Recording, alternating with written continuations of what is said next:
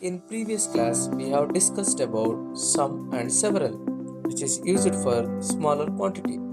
What if the quantity is more? There we will use many. Now to understand any concept in the world, we need to have three questionnaires. What is it? Why is it? Where we have to apply it. What is many? Many is a large number with plural countable noun. Where we have to use this one? We can use this one in negative sentences, questions, or formal writing, but I can also use it in positive sentences. Let's see some examples, then we can understand the applications of many. Many students participated in the competition. When you see the sentence, you directly go to the noun. The noun should be plural countable noun. Let's see students here. Is it a plural countable noun? Yes, it's a plural countable noun. Can you use this one? Many? Yes. The definition says that a large number with plural countable noun. Then this one is correct. I don't have second question. I don't have many friends. Yes, I don't have many friends. Let's see. Where is noun? Friends are here.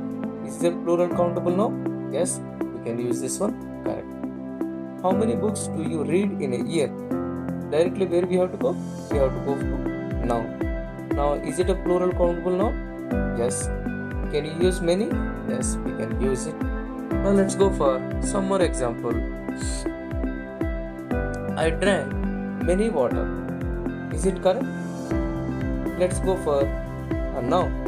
Is it a countable noun? No, this is uncountable noun. Here you should not use many water. You can use I drank a lot of water, I drank many bottles of water, or I drank many glasses of water. Now let's go for one more example. Many information is available on online. Is it correct? This is wrong. Why? Because information is plural countable noun? No, it's a uncountable noun. Right. Here I can summarize some, several like this. Some is a vague small number. Several is more than a few, between 3 to 7. Many means large number with plural countable noun. Right. Thank you.